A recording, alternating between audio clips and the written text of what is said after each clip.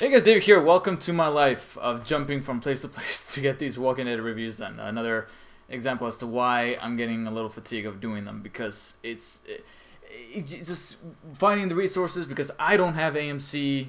I wish I had AMC, but I don't. I have the discount Walmart version of DirecTV. Doesn't come with AMC. Oh well, I find my way. But here I am in my girlfriend's place, catching up with The Walking Dead, and we have a new episode called Something They Need, and this is the penultimate episode within Season 7. So we're gearing things up for the big epic finale, at least what we are assuming is going to be the epic finale, judging by The Walking Dead's promises. And the ball really got going with this episode. This is actually one of the more liked episodes that we had in this last 8-episode batch, where things are moving at a faster pace, and sure, it's another episode where pieces are being moved. But those pieces, they're a little bit bigger. They're bigger than last week's, at least. Sasha managed to get herself captured, and now Negan is trying to pull the same trick on her that he did on Eugene. And Eugene served as a fine example, and in fact, Eugene has a one-on-one with Sasha in this episode, but Sasha's now willing to bow down. Despite her lies over to Eugene through the door, she's definitely got something up her sleeve. Things kind of backfire on her. I thought it was actually a little bit of a funny ha-ha type of moment from The Simpsons, you know, that guy, ha-ha, where Eugene pulls out the pill, and she clearly wanted, like, specifically something physical so that she can use on Negan and not on herself, like she was fibbing. I thought it was kind of funny. Yeah, I thought it was really, really funny, and a really good moment that is just kind of like, oh, you're fucking kidding me, this dumbass! But now I'm starting to realize that maybe there was a good thing that Sasha was the one captured, because if it was Rosita, I just wouldn't have the same kind of sentiment, because both characters are completely different in my eye. If Rosita was in there, because of the lack of sympathy that I've been having towards her for the past few episodes, I wouldn't had feared for Sasha within that room, being trapped inside that guy that got killed. Rapey Dave. Why did he have to be named the same as me? That was bogus. His name is David, and he ended up being a rapist, or at least a perv, a humongous, flat-out perv that ended up getting knifed in the throat by Negan himself. Why do you have to call him David? Why do all the bad guys need to be called David these days? Right? You hear that? Why all the bad guys need to be called David? That perv was named David. God damn it. Sasha still has some time to kind of contemplate this offer, but she definitely has something up her sleeve. She's a survivor. She's willing to do what Abraham was continuing to push, and not resort to herself to become another Eugene. But only time will tell to see what kind of choice is going to be made, because this episode was also filled with an awful lot of people making choices. Tara finally sold out that group, and we finally saw that play out, which was, I'm glad that didn't drag on further and further and further. Sure, I was starting to hate these people, or at least hate that one woman who was just so stubborn, but I'm glad that the majority of that community said, you know what, enough of this, enough of running. Women, you need to consider yourselves just as much as strong, if not stronger than the men, and it looks like they're gonna prove that, and I'm glad that they're doing that. I'm glad that they're becoming empowered and finding that power to take on Negan and the Saviors, and I'm looking forward to seeing how they're going to fit into this war that we're hopefully going to see in the finale after they're garnishing the guns and whatnot. But not really a whole lot happened there, except that this led them back to Alexandria, and guess who's waiting for them? Dwight. Dwight makes a choice that, from what I've heard, is a little different from the comics. He does a different type of thing in the comics, but I'm not at that point yet. All I know is that Dwight made the choice to go over to the people of Alexandria and to try to help them take down Negan.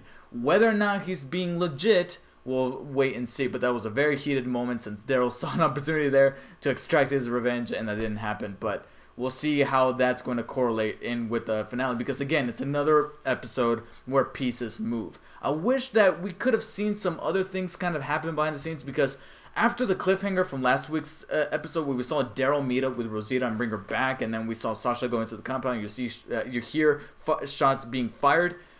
We don't see that. We just jump right on ahead, and we're seeing the group create this ambush to try to Coral!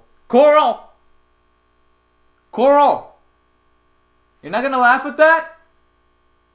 Oh, I didn't want to bother it. Oh, well, I was just trying to create an immersion feeling within the review. Thanks, you just ruined that.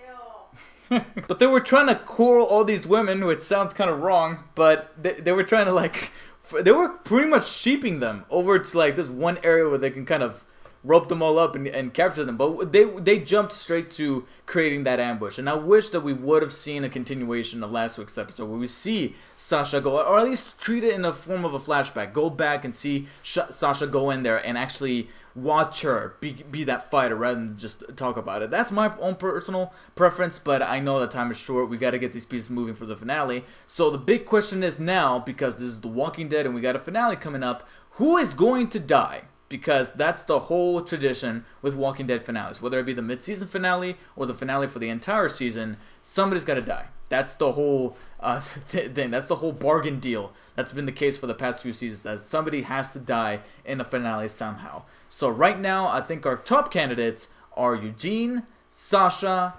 Oh God, I don't want to put her out there. I don't want to nominate her.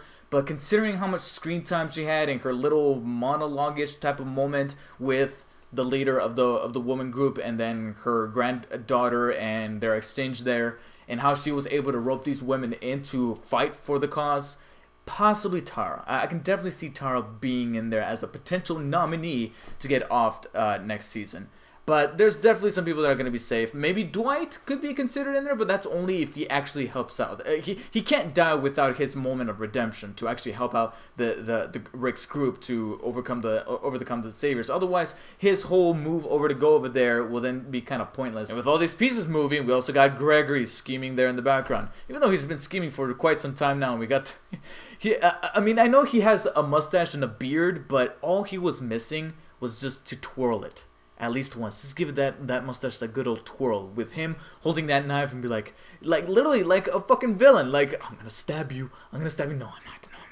It's okay.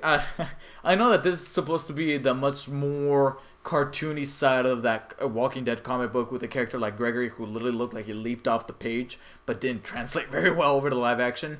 But he's got something cooking up, even though it looks like he's been doing that for quite some time. Maybe he's finally going to take action now that he's going to grab a guide and go somewhere on the map. I don't know where, but we'll see that happen in the finale. One of the many things we'll be seeing happen in the finale. It doesn't separate itself that much from the previous episodes of pieces moving to get us to the finale, but the pieces were bigger, and because they were bigger, there was a broader sense of excitement that had me a little bit more immersed. And it also helped that Michael Slovis, who's, I believe, who directed this episode, but when I noticed his name in the credits, correct me if I'm wrong, but I believe he was a mainstay director for Breaking Bad, and also currently right now Better Call Saul, which returns on April 10th, and I'm really excited. But I believe he's mostly known for directing a very large batch of Breaking Bad episodes, and it kind of showed in this episode with some of the shots and the cinematography and the camera work. It looked more cinematic than previous episodes did, and that really helped push the excitement. Hello. Come here, baby. Come here. No, come here. Come here. Come here. No. I'm gonna leave this in. No. Why'd you have to walk out anyway?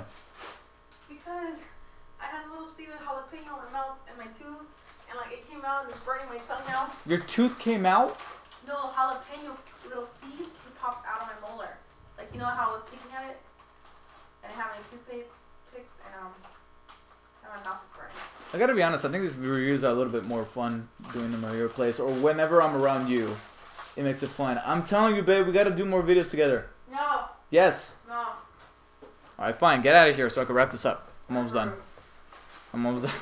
Alright, I lost my train of thought, so I'm just gonna give the episode the rating. I give Something They Need. Okay, I guess I'll give this one a very high 7 out of 10. Nothing more than another episode that kind of moves things along, but definitely one of the more exciting ones. So the only question that remains, because you saw what happened here, we got rid of Rapey Davey. We saw more of Negan. This time we didn't hear him through a walkie-talkie or saw him from a mile away through a scope. We actually got Jeffrey Dean Morgan back as Negan, but he looks like he's kind of honing in that right balance of not being over the top, but at the same time still retaining that menacing nature that means business. And we're definitely going to be seeing a whole lot of him in the finale. So the only question I'll leave to you guys that I'm also pondering myself, who's going to get in the finale? Because that's the big tradition with The Walking Dead.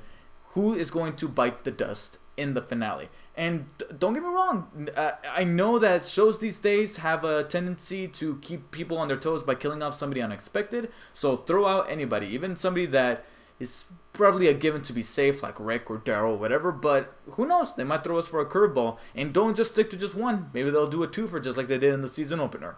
That would be poetic. Please let me know all your feedback and your guesses as to who's gonna get the axe in the comments below. Maybe we can kind of get a little poll started and put out those bets. And be sure to like and share this video and subscribe for future videos by hitting the subscribe button down below, and also following me on Instagram and on Twitter at DarkSpiderDavid. Until next time, guys, take care.